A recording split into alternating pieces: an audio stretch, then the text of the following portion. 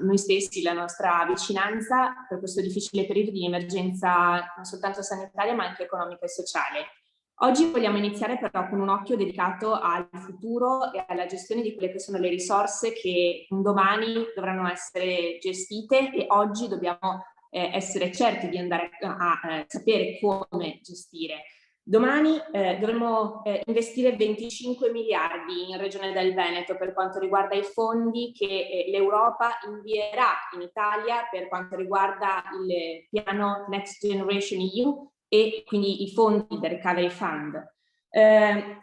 Partiamo da un presupposto. Stiamo discutendo del piano regionale di ripresa e resilienza semplicemente perché come minoranza, a partire dalla richiesta fatta dal nostro speaker e insieme da tutti noi, abbiamo fatto richiesta alla maggioranza di poter discutere di questo piano regionale, arrivato se no semplicemente come delibera approvata in giunta e non concertato assieme alle parti sociali e ai consiglieri regionali eletti della Regione del Veneto. Ecco perché oggi ci prepariamo per la discussione che avverrà domani in Consiglio regionale a distanza di questo agglomerato di progettualità che in realtà non ha una costruzione, diciamo, logica progettuale chiara.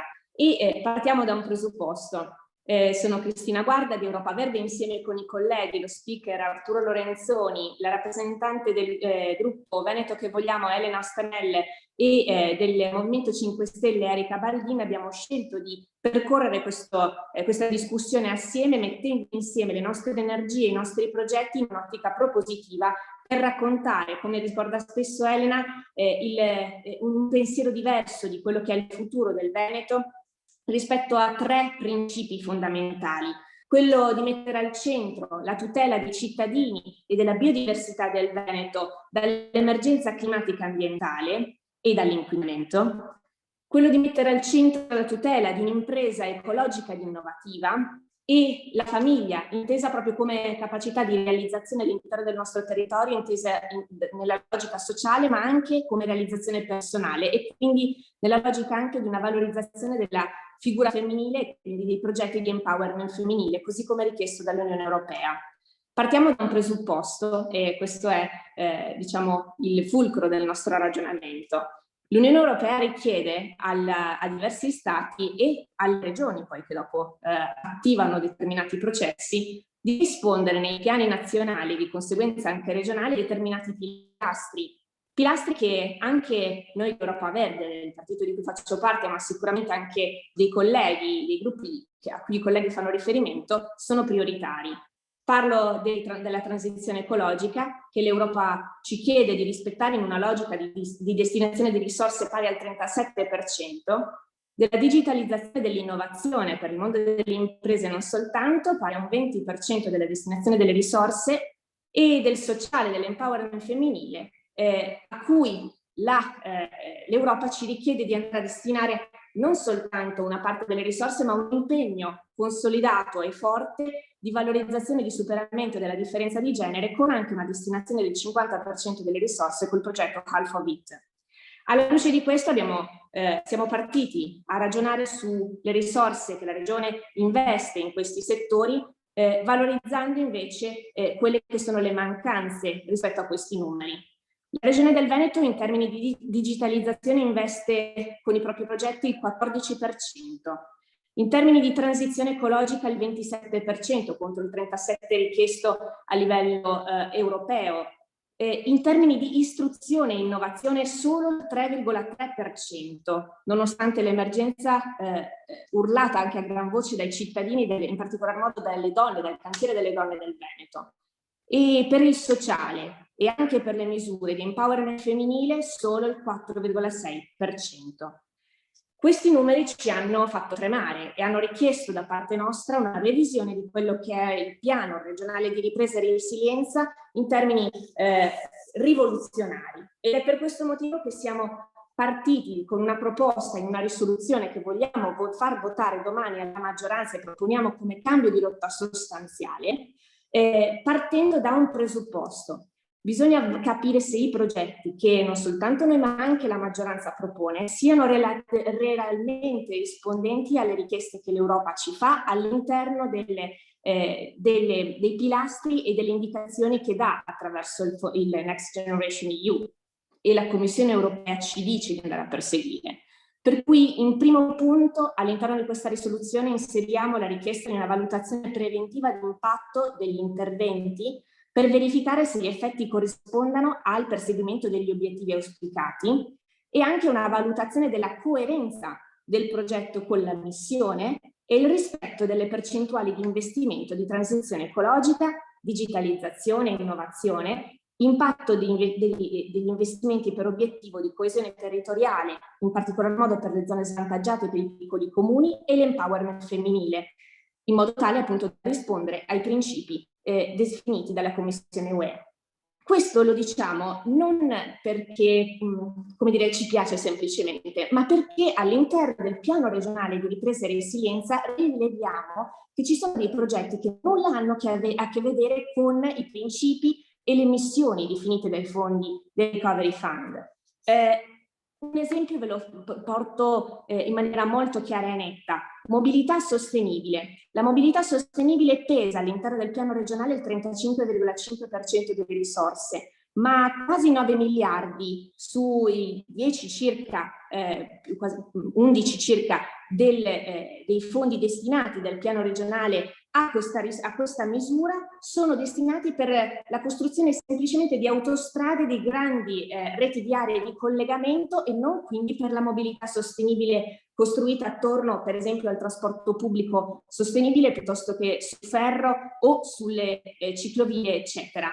Questo è molto grave e di conseguenza non corrisponde a quello che è l'obiettivo che l'UE ci ha dato.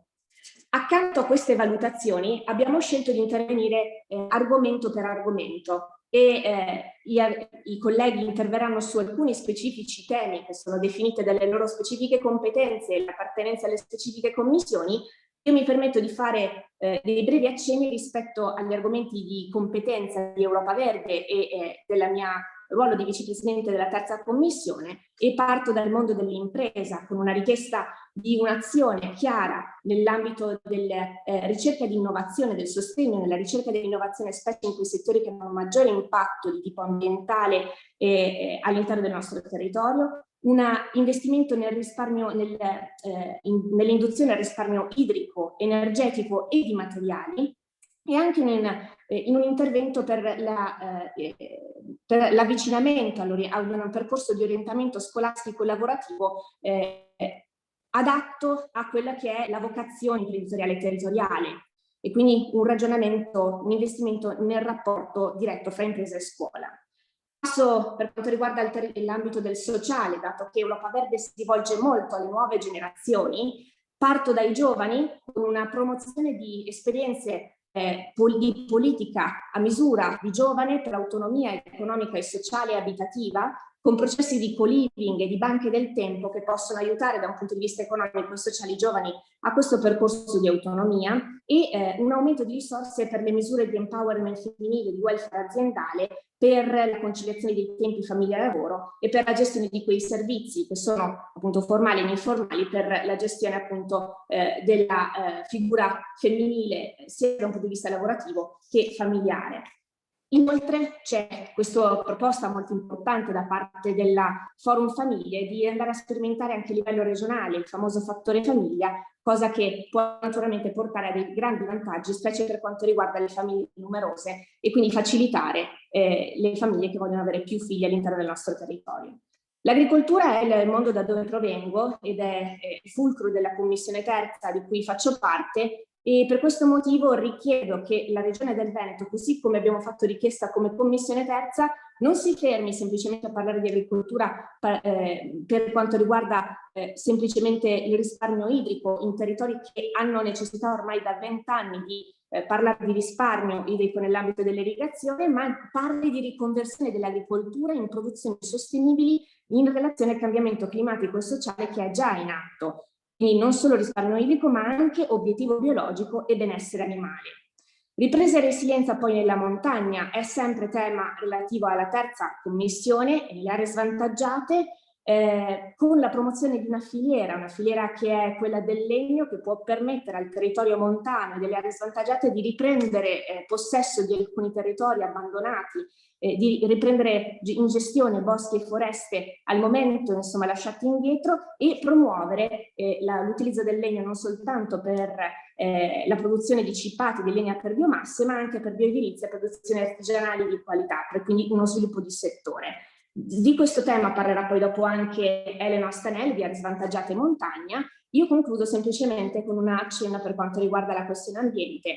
Per sicurezza idraulica, un progetto non soltanto relativo a quei progetti storici degli anni 2000 relativi appunto alla prevenzione del rischio idrogeologico, ma un rischio idrogeologico che deve essere gestito a monte, con invasi a monti, con ricarica di falda e con un rilancio anche di tutte quelle aree verdi, di tutela delle aree verdi, comprese anche il rilancio dei parchi regionali, con un aumento di risorse per il recupero di strutture, sostegno dell'alpeggio, manutenzione sentieri e promozione dell'impresa agricola, turistica, artigiana sostenibile, accanto ad un sistema invece di promozione del greening nelle aree urbane per anche quindi una qualità maggiore dell'aria, la manutenzione e l'implementazione dei boschi anche di pianura e delle aree umide, compresa appunto la valorizzazione e la riconversione e la rigenerazione di aree industriali come quella di Porto Marghera, che al momento appunto risulta essere una delle aree maggiormente esposte ad un rischio ambientale e sanitario molto alto. Accanto a questo c'è anche un aspetto molto importante di rigenerazione nella produzione di energia elettrica, che nel nostro piano regionale appunto viene toccata semplicemente da alcuni progetti che però non guardano ad ampio spettro quella che è l'origine di produzione dell'energia, e di questo parlerà sicuramente Arturo Lorenzoni, dato che è di sua competenza anche professionale e di docenza. Mi permetto di accennare semplicemente un aspetto relativo alle comunità energetiche, dato che è un aspetto che riguarda la terza commissione, riguarda sia l'ambito produttivo che domestico, e deve essere al centro della progettazione della Regione del Veneto, visto che appunto l'hanno richiesto anche a gran voce all'interno della terza commissione gli stessi artigiani. Lascio la parola ad Arturo Lorenzoni proprio per parlare di questo tema in particolar modo e dei trasporti. Grazie. Grazie Cristina e buongiorno a tutti, benvenuti. Sì, io rapidissimamente, perché sono tematiche che sono al centro della programmazione europea e che noi vorremmo fossero al centro della programmazione regionale, perché siamo sicuri che il rilancio dell'economia passa proprio attraverso una nuova stagione di investimenti. Per cui ecco, l'attenzione che abbiamo messo al documento è veramente una priorità alle tematiche dei nuovi servizi per il territorio, la gestione dell'ecosistema, la difesa della biodiversità, che sono uno dei nuclei, no? In quel 37% delle risorse che l'Europa ci chiede di indirizzare, sono occasione di creazione di una nuova economia. Allora vorremmo che nel piano nazionale, ma soprattutto nella declinazione regionale, ci fossero questi elementi, questa nuova economia che noi dobbiamo creare per il benessere di tutti. C'è il tema dell'energia, e su questo una decarbonizzazione non può non passare attraverso una fortissima campagna di investimenti nel campo delle fonti rinnovabili di energia, e un rinnovamento dei trasporti. Qui ci vuole un po' di coraggio e spingere perché si facciano investimenti solo oltre i combustibili fossili. Questo lo dobbiamo dire con chiarezza e dobbiamo avere il coraggio di spingere perché questa transizione tecnologica sia accelerata. L'occasione è questa, ora o mai più, verrebbe da dire. Ecco, questi sono degli aspetti che, diciamo così, sono complementari e integrano quanto già ha detto molto bene Cristina. Io solo un'altra cosa ho inserito nella nostra risoluzione a cui tengo moltissimo, ed è più che di merito, di metodo. Il Veneto, che è una delle regioni che spende meglio i fondi europei, spende il 50% di quanto stanziato a livello europeo nella programmazione 14-20. Se utilizzassimo una capacità di spesa simile sarebbe un disastro da qui al 2026. Dobbiamo avere la capacità di mettere in atto gli investimenti con rapidità e lucidità. Ecco, su questo secondo me vanno individuati con dei criteri di selezione degli investimenti che siano chiari, con delle griglie di valutazione che siano mirate sugli obiettivi e ci facciano capire quali investimenti effettivamente creano sviluppo, creano economia, creano benessere e non fanno male all'ambiente, perché sono questi i requisiti che ci si pone nell'utilizzo dei fondi, e quali possono effettivamente quindi essere realizzati nell'orizzonte temporale. Io ho fatto una proposta anche molto molto concreta, che è quella di utilizzare il BIM, il Building Information Modeling, che è una tecnologia sviluppata per le costruzioni, ma che per gestire progetti complessi è assolutamente desiderabile. La norma italiana prevede di utilizzarla per progetti al di sopra dei 15 milioni di euro. Io credo che tutte le spese della programmazione di questi fondi debba passare attraverso un'impostazione BIM rigorosa che dà garanzie a tutti di usarli bene e di, diciamo così, assumere le responsabilità nelle figure che devono assumerle e non di altri, quindi evitare i contenziosi e tutta quella lunga serie di complicazioni che spesso bloccano le opere pubbliche.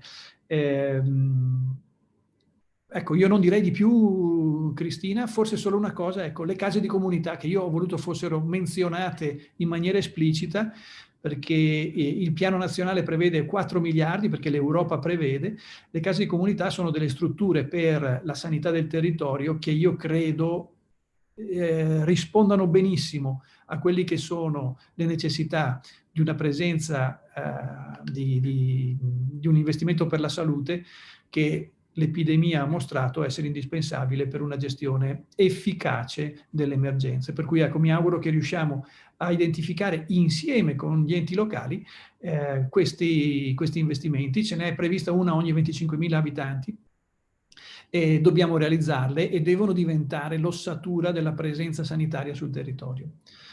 Cristina, io mi fermo qui e poi sono a disposizione.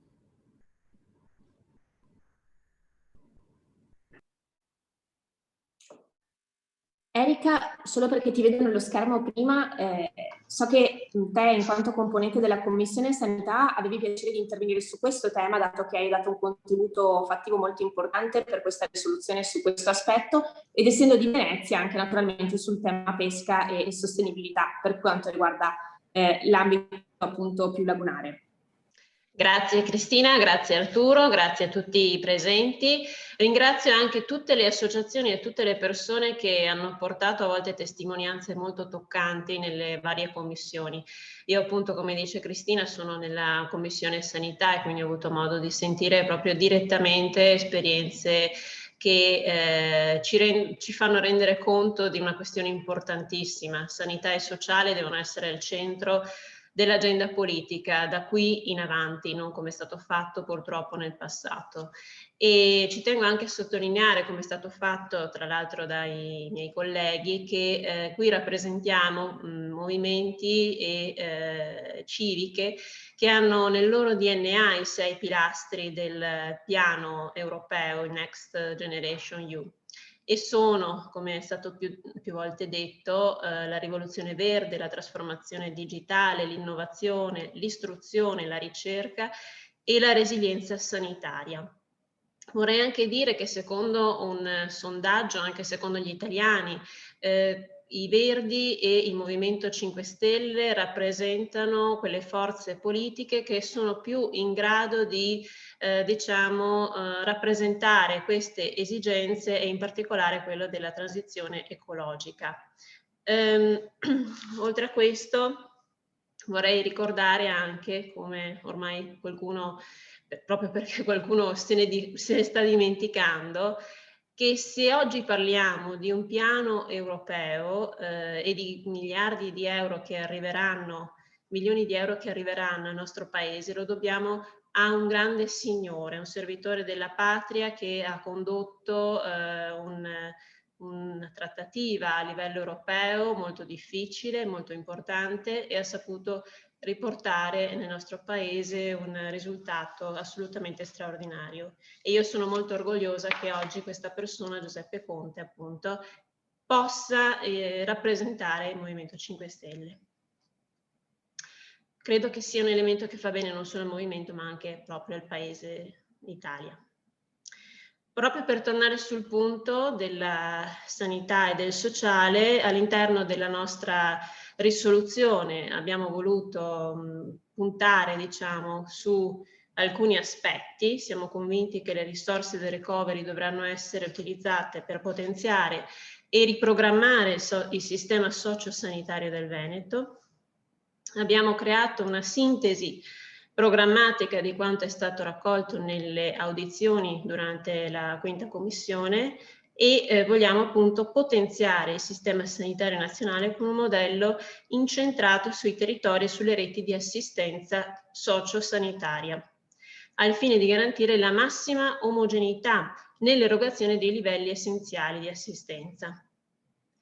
Potenziare la prevenzione e l'assistenza territoriale, che sono state quelle, diciamo, leve particolari che hanno dimostrato in negativo la centralità della loro presenza.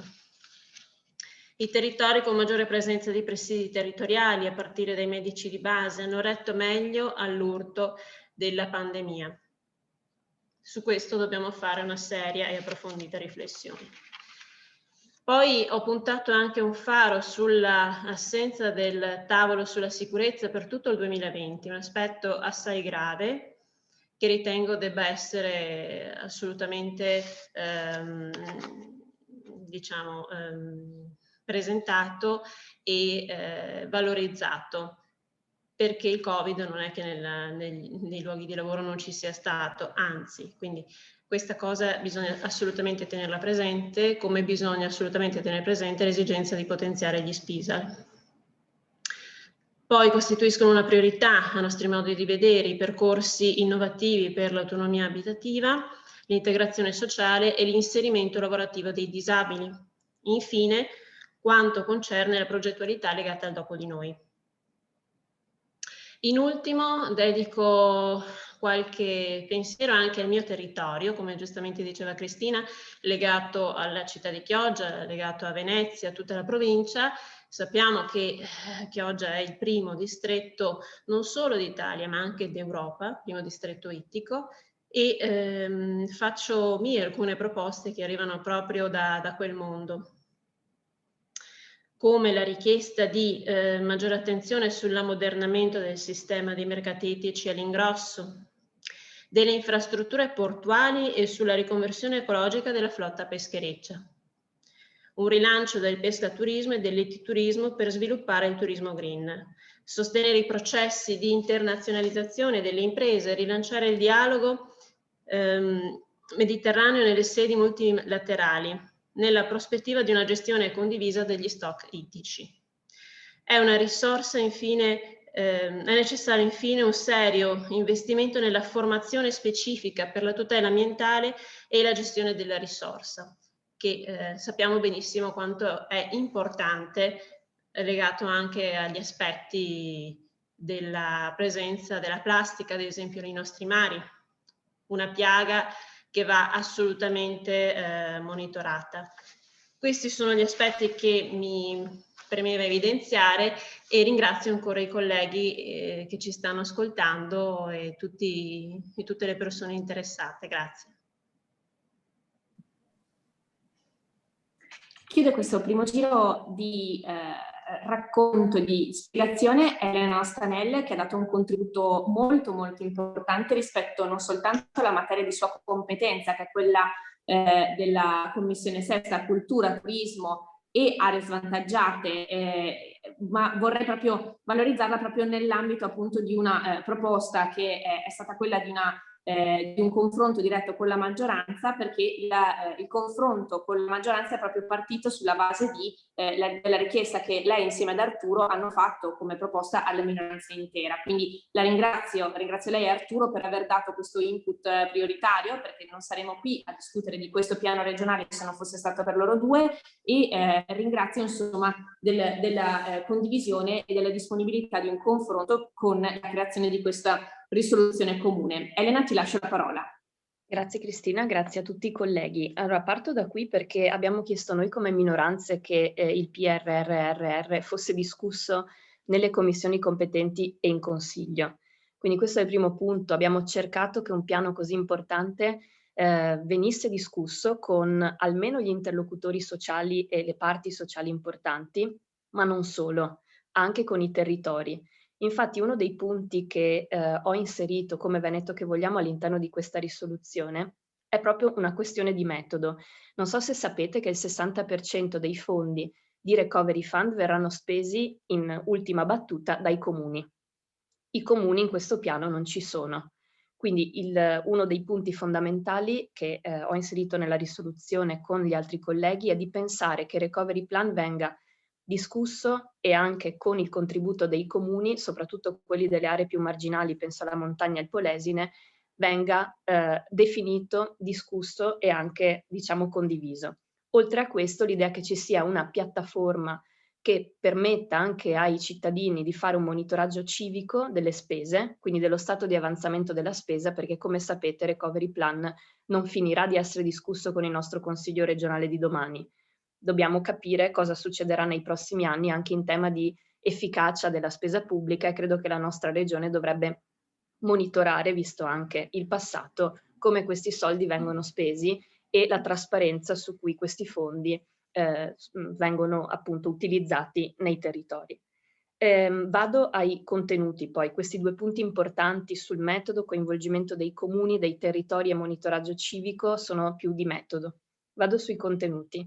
Veneto che vogliamo ha elaborato una proposta molto specifica sui vari temi che sto depositando con una mozione consigliare perché secondo me il tema non è solo discutere domani in Consiglio, ma è continuare a discutere di questa cosa fino a che capiremo anche il governo che spazio di manovra darà alle regioni, perché come sappiamo e abbiamo capito non abbiamo ancora un mandato chiaro come regioni e questo è un punto che secondo me su cui noi dovremmo tenere l'attenzione alta indipendentemente dal Consiglio regionale di domani.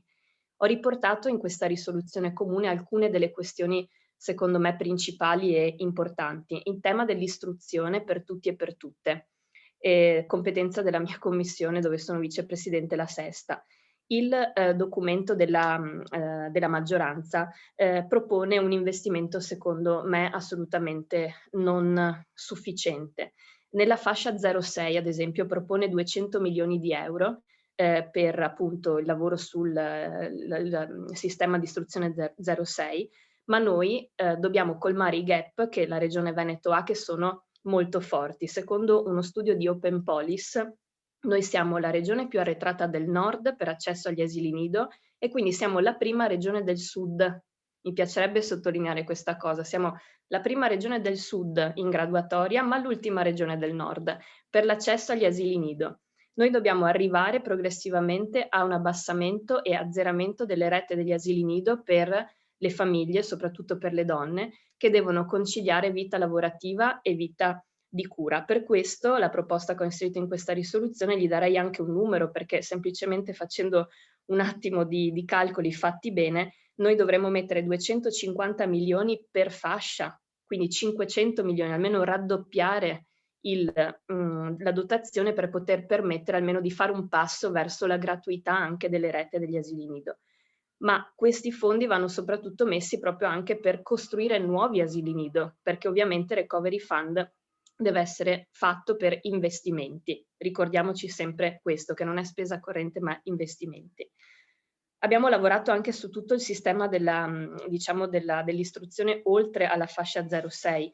Penso ad esempio alla ristrutturazione e rigenerazione anche energetica di tutti gli edifici scolastici e di tutti gli ordini e gradi, soprattutto alle scuole medie, dare la possibilità di avere un'aula STEAM definita e che permette di avere una didattica decente agli studenti del Veneto, e anche il diritto allo studio. Gli idonei non beneficiari dobbiamo investire molto di più sul diritto allo studio universitario, e non bastano i fondi che sono oggi previsti su Recovery Fund.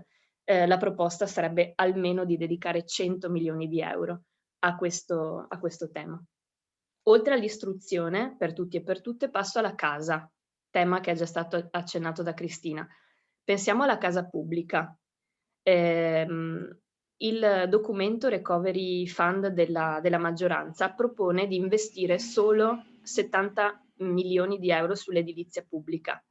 Per riuscire a recuperare i 4.000 alloggi sfitti che oggi abbiamo in Veneto e che potremo mettere in graduatorie pubbliche, dobbiamo investire almeno 250 milioni. Non cambia molto, però ad oggi la minoranza propone di lavorare su 400 alloggi. E sono 4.000 quelli sfitti.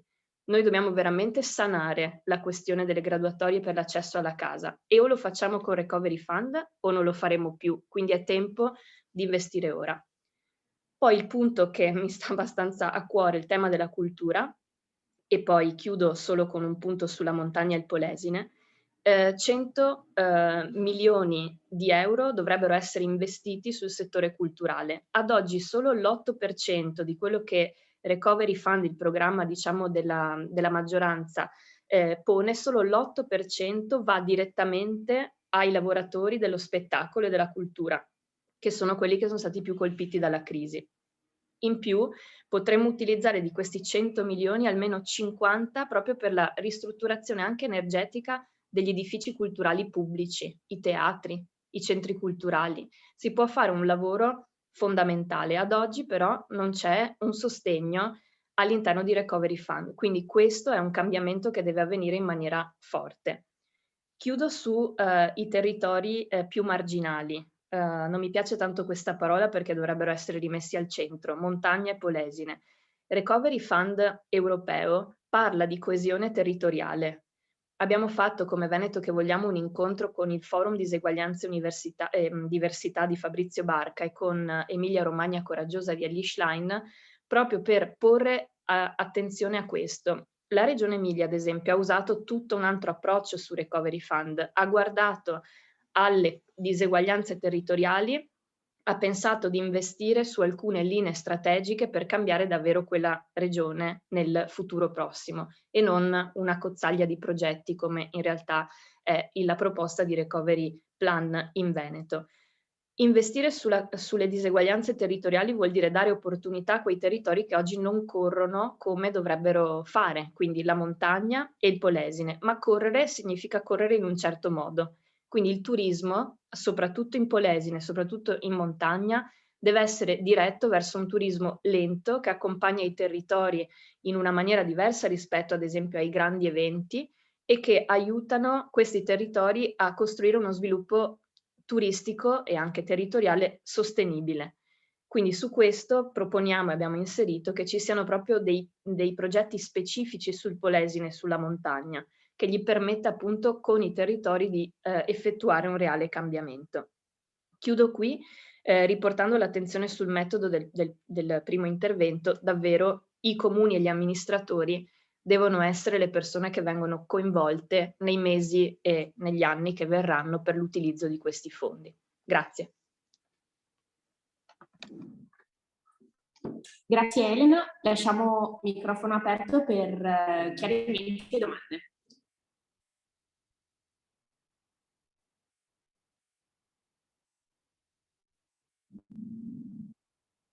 E specifico intanto che vi verrà mandata sempre per email la risoluzione e anche una condivisione, diciamo, di un testo, di un comunicato stampa. Scusate il cane che parla. Buongiorno a tutti, sono Albino Salmaso. Scusate, una domanda di metodo. Mi pare di capire che quindi domani in Consiglio regionale si va a ogni partito, ogni gruppo a queste proposte, e poi arriverete a 3 risoluzioni distinte, ce n'è una di maggioranza, una che presentate voi, mi pare, come le forze civiche, se così vi possiamo definire, Movimento 5 Stelle, oltre a quella del Partito Democratico che ci è stata presentata sabato. Ecco, ho capito bene oppure c'è qualcosa di più complesso? Ha capito bene, in questo caso noi abbiamo scelto appunto di unire le forze come appunto sotto lo sguardo attento dello speaker Arturo Lorenzoni, come appunto Europa Verde, Movimento 5 Stelle, Veneto che vogliamo. Ecco, il meccanismo di voto del Consiglio regionale e cosa prevede? Che poi ci sia un voto distinto su ogni singolo progetto, presumo, e quindi oppure possono essere accolte tutte e tre, tutte e quattro, tutte e cinque queste mozioni programmatiche, perché mi pare che più che indirizzi programmatici non possiate fare in questa fase, o sbaglio?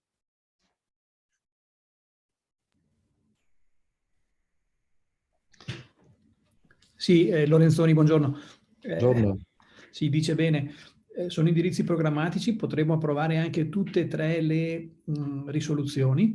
Non è escluso che nell'interlocuzione, diciamo così, extraconsiliare si possa anche trovare delle forme di convergenza per trovare una formulazione comune. Noi, dal nostro punto di vista, abbiamo la massima disponibilità a dialogare con le altre forze per cercare di arrivare ad una formulazione comune.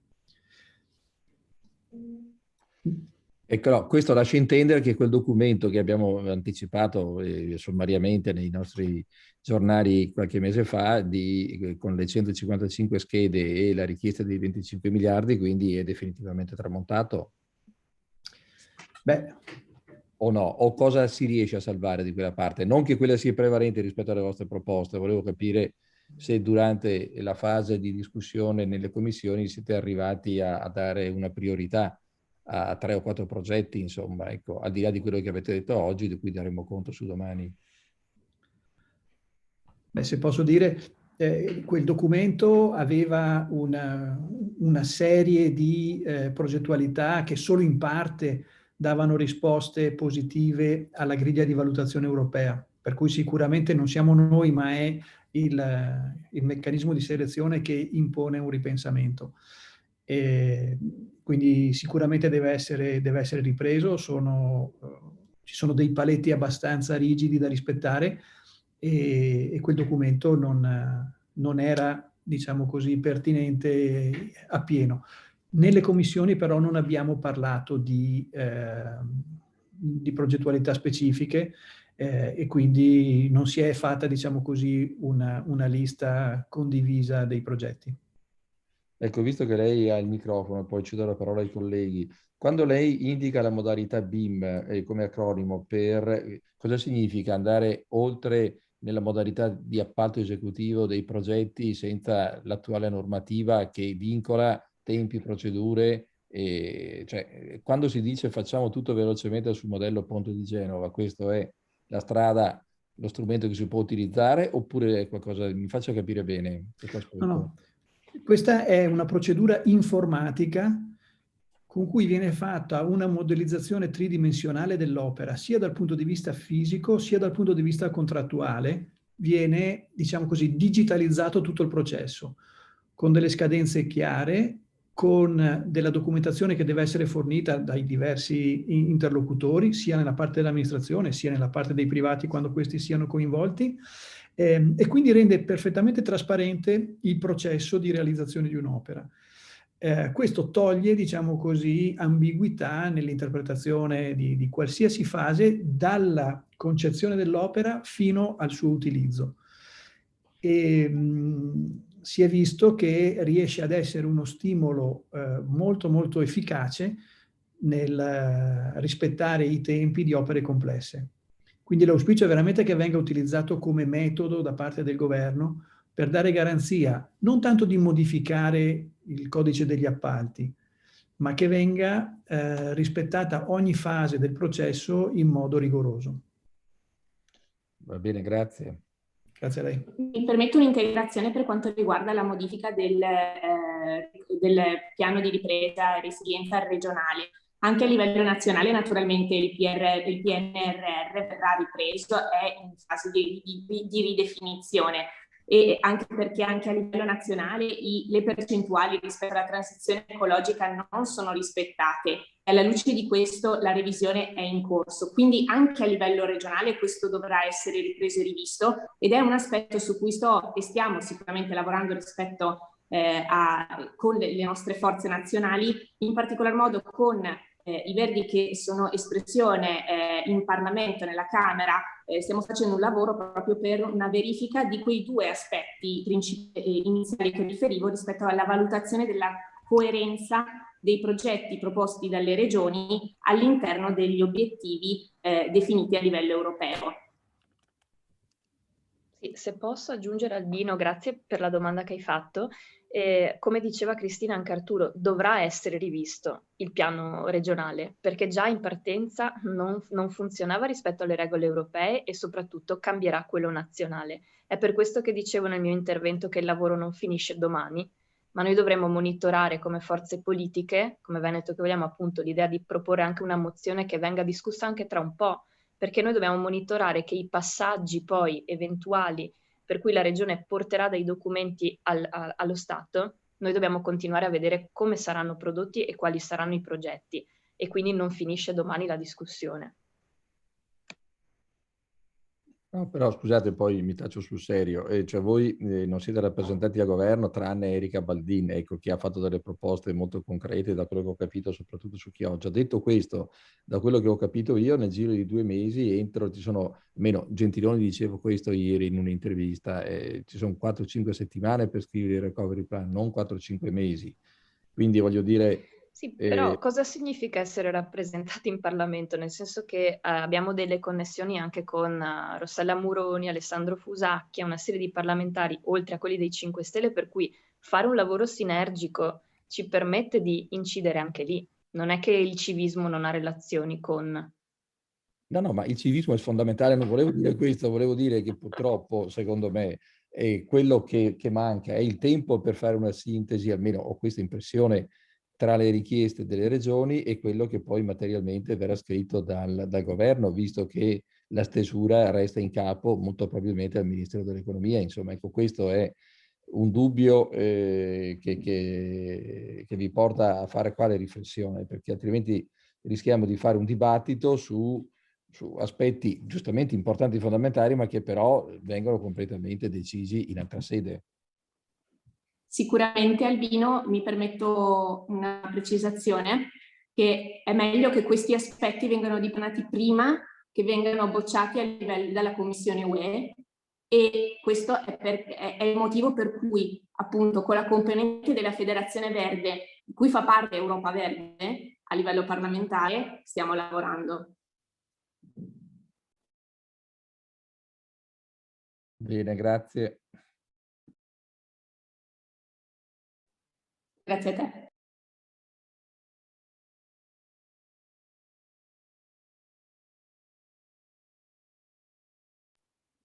C'è qualcun altro coraggioso come Albino?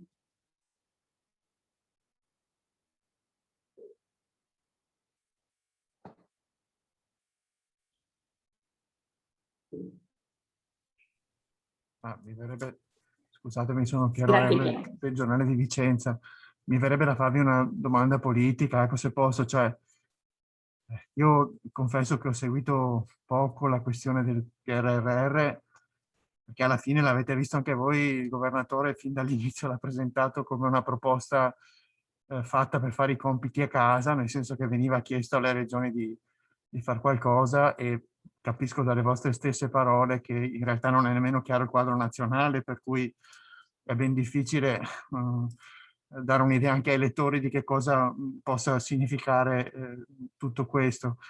Quello che mi colpisce è il fatto che nel giro di 2 giorni ci siamo trovati con 2 proposte di minoranza, ecco, cioè quella del PD e quella vostra. La domanda politica è questa, quindi mi sembra che non ci sia un segnale concreto di dialogo tra queste 2 componenti, o sbaglio? Se posso, no, non è così, nel senso che il dialogo c'è, Ovviamente il Partito Democratico è una realtà che ha una presenza nazionale e quindi ha dei meccanismi di presenza sul territorio che seguono anche una linea nazionale e hanno voluto seguire quel tipo di impostazione. Ciò non toglie che noi si stia dialogando, che i contenuti della loro proposta, anche se meno puntuali forse perché appunto più generali, più diciamo così tagliati sull'Italia rispetto al Veneto, sono compatibili con quelli che abbiamo individuato noi. Per cui ecco, era importante per il Partito Democratico seguire un'impostazione nazionale, tanto quanto tenere un dialogo con tutte le forze di opposizione, cosa che stiamo facendo e che non esclude di poter trovare delle sintesi comuni. Grazie.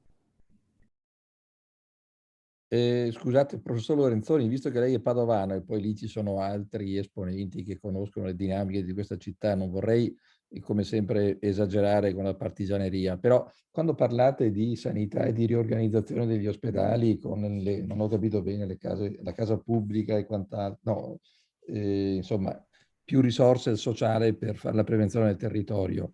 La proposta del nuovo ospedale di Padova, secondo voi, rientra dentro i tempi e i modi del recovery oppure deve seguire un iter completamente a parte, finanziato dalla Regione attraverso le forme che sono quelle proprie dell'edilizia pubblica sanitaria?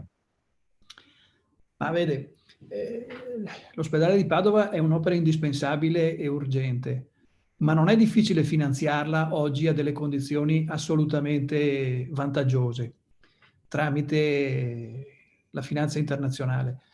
Per cui utilizzare dei fondi come questi, che invece hanno, diciamo così, una corsia preferenziale, forse non è necessario per un'opera che comunque ha delle corsie preferenziali già previste da altri tipi di canali. Per cui, ecco, dal mio punto di vista, non è l'opera prioritaria da destinare a questo tipo di utilizzo dei fondi, insomma. E quindi con i 20 miliardi destinati alla sanità, 3 dei quali richiesti dal Veneto, lei o voi cosa vorreste fare? Cioè, quanti distretti sanitari? Cioè, rifare gli ospedali attuali? Fatemi capire un attimo. No, ma non si tratta di rifare nulla. Si tratta di, per esempio, digitalizzare la medicina. Lei pensi a quanti investimenti vanno fatti per, diciamo così, portare tutta la parte di monitoraggio, di controllo e di digitalizzazione della diagnostica e dell'organizzazione del sistema sanitario. Io credo che il PNR, il Piano Nazionale, insomma, abbia messo l'attenzione su questi aspetti e siano investimenti che appunto sono molto più difficili da finanziare tramite canali, tra virgolette, ordinari, perché insomma qui parliamo sempre di cose relativamente ordinarie. Sì, ma Albino? sì, prego, prego. No, ricollegandomi a quanto dice Arturo, ad esempio sul ragionamento che avevamo fatto con Veneto che vogliamo, ad esempio usare quei fondi per sanare finalmente la formazione di specialisti medici e infermieri, quindi creare un piano straordinario con il governo, visto che molte delle forze che sono sedute in quel consiglio oggi sono al governo, quindi con il governo, investendo almeno 50 milioni per finalmente sanare il programma formativo di medici e infermieri, potrebbe essere una proposta molto più lungimirante, ad esempio di lavorare solo sulle infrastrutture ospedaliere. E poi il tema della sanità di prossimità, cioè l'idea di avere non solo decentramento delle strutture e servizi anche nelle aree interne, riprendo la montagna, ma ad esempio anche proponendo e investendo sulla domiciliarità della sanità presso le persone fragili, a casa, cioè i servizi sanitari territoriali. Però a me preme il primo punto, che secondo me è un punto molto forte, cioè investire 50 milioni di euro per reclutare e formare medici e infermieri, così saniamo una cosa che la pandemia ci ha fatto vedere che c'è. Benissimo. Esatto, poi nella risoluzione c'è proprio il riferimento schietto proprio alla sanità territoriale e alla questione anche dell'integrazione, a fianco anche alla questione dello psicologo di base, dato che l'emergenza Covid ha fatto emergere proprio quella che è l'urgenza di attuare quello che era già previsto negli scorsi 10 anni nel piano sociosanitaria della Regione del Veneto come figura da attivare accanto al medico di base, un aspetto che appunto ancora di più oggi dovrebbe essere al centro delle priorità della sanità e del sociale del Veneto. Grazie per quanto mi riguarda. Bene, la domanda politica l'ha fatto il collega Erle, quindi mi pare che lì ci siamo chiariti le idee fino in fondo.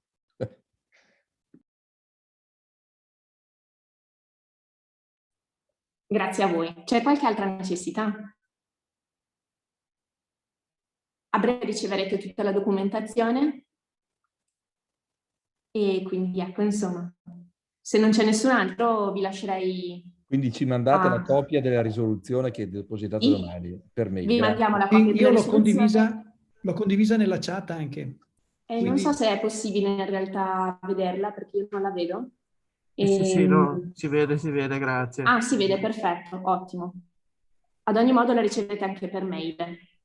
Grazie intanto. Grazie, vi auguriamo una buona giornata. Grazie, buon lavoro. Buona giornata a tutti. Ciao, grazie a tutti davvero di cuore. Ragazze, buona giornata. Ciao, grazie a tutti. Ciao.